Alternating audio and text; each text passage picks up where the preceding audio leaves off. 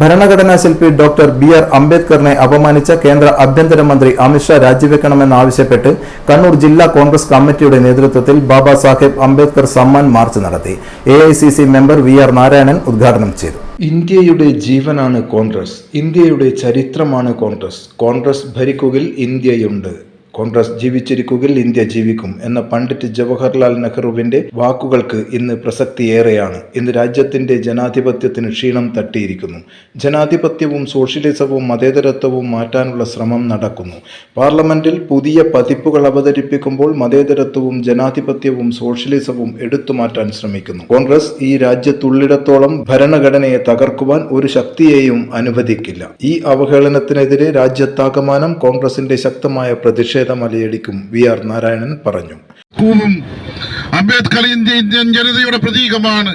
ഇന്ത്യയിലെ പാർശ്വവൽക്കരിക്കപ്പെട്ട ജനതയുടെ പ്രതീകമാണ് അംബേദ്കർ.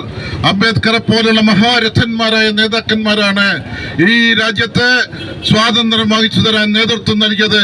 ആ സ്വാതന്ത്ര്യം നിലനിർത്തി മുന്നോട്ടേക്ക് പോകാൻ നേതൃത്വം നൽകിയത് അംബേദ്കറും ജവഹർലാൽ നെഹ്റു ഉൾപ്പെടെയുള്ള മഹാരഥന്മാരായ നേതാവാണ്. അമിത് ഷായ്ക്ക് അത് മനസ്സിലാകില്ല. നരേന്ദ്രമോദിക്ക് അത് മനസ്സിലാകില്ല.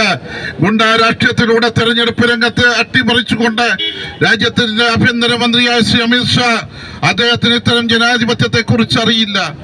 അദ്ദേഹം ഇതിനെക്കുറിച്ച് വാചാലമായി സംസാരിക്കേണ്ട കാര്യമില്ല. പക്ഷേ പ്രിയങ്കരനായ ശ്രീ രാഹുൽ ഗാന്ധിയുടെ നേതൃത്വത്തിൽ DCC president advocate Martin George, advocate T O. Mohanan, Shama Muhammad തുടങ്ങിയവർ മാർച്ചിന് നേതൃത്വം നൽകി. News desk, city news.